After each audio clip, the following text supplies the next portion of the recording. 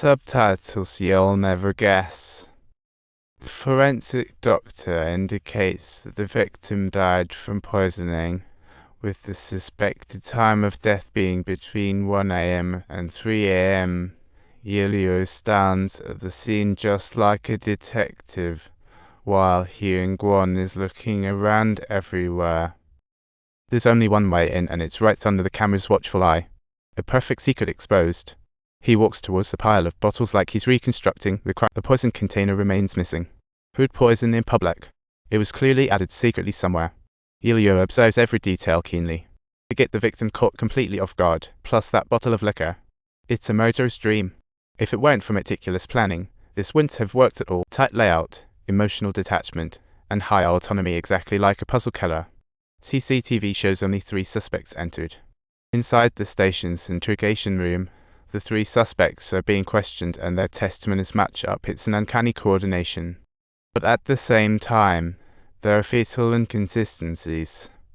The first suspect's details are sensational, while the second one is fumbling through the memories of last night. Right, it was the victim's birthday. During dinner, he was all set to celebrate with some drinks, left at 8 p.m. only to be nagged by his wife to get home. Turns into a huge argument over the phone. He didn't get home until 1 a.m., making his wife at home feel like a signal tower, getting all that tension. And his wife at home once again nagged him like there's no tomorrow. Who knew he was having the time of his life outside? No wonder he was with the victim. Now he has become the prime suspect. The third suspect, Yinghan, describes his shopping spree for soju and rice wine, but he didn't stop there. He also got pickled veggies and peaches. Total party. He can't recall where he was at that moment, and when he returned from the restroom, lo and behold, the victim and Genji were chilling together. No matter how much he drank, he chose to head home, yet he showed up at work on time the next morning. Makes you scratch your head. But truth still unclear. The 3 suspects knew the victim 15 pluses. Numbers imply intimacy. And by chance. Ironically, he just returned from a year-long vacation and bam. On his first day back, he meets a tragic end. It's like someone was just waiting for this moment. He contacted the victim's family, discovering his wife died 5 years ago and his only son last year. Now he's an orphan. He was the first to find the victim, not calling the police but his wife first. Today's truth is so poignant. His wife rushed to defend him, and she looked so flustered, even her conscience was having a crisis. She kept reminding him to stay calm and hurry up and call the police. As for her husband, she firmly insists had never hurt a soul. Yinghan calmly retorts, as his wife, she obviously knows his character, and she is so anxious she seems on the verge of spilling the beans. She admits her husband borrowed money from the victim, but that's nearly all paid back. The police better not misunderstand. She asks police, would my husband kill for such little money? If he meant to, why weigh 7 million? Is he a fool or something? Suddenly, she shifts her suspicion towards Duan, thinking he might have set this up all along. The liquor Duan took from the fridge. The fisher, it seems he vanished without a sip. The late-night party is turning into a well-staged farce. Duan pretends to be drunk for reasons unknown. So many red flags. Angrily, she questions the whole gathering, believing Duan pulled the strings. It's all starting to feel awfully suspicious. Times L pound E malt edith letter 3C8 plus or minus pound Al ether not signed tenta retroflex a quarter ether 3 O malt H hoke grov O circumflex E ether grov cyrillic letter 4 E3 I circumflex L dot above acute colossal substroke A circumflex cyrillic letter 523 copyright.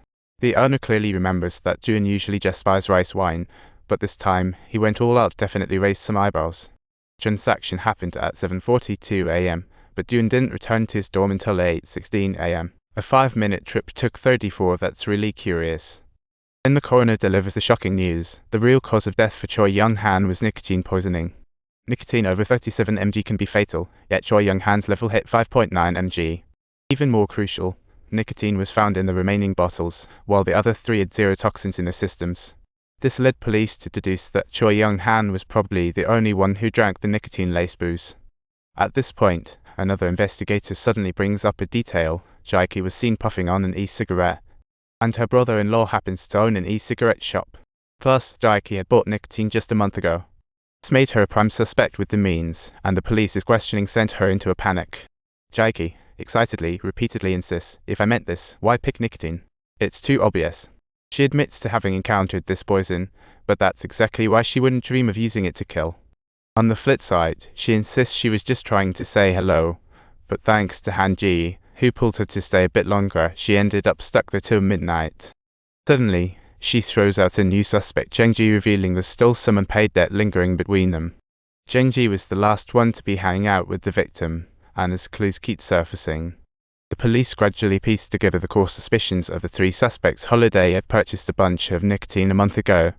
Zheng Ji was the last to interact with the victim and also had a complicated relationship due to those debts.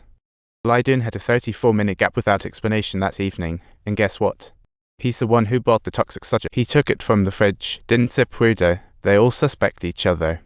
It's said if the soju is the weapon, then Lai Dun must bear all the blame. Even as they scramble to pass the buck, the truth just can't stay buried. What's Lai Dun's motivation? Everyone's left wondering, was it really just some small favor? To know more, don't forget to subscribe to our channel.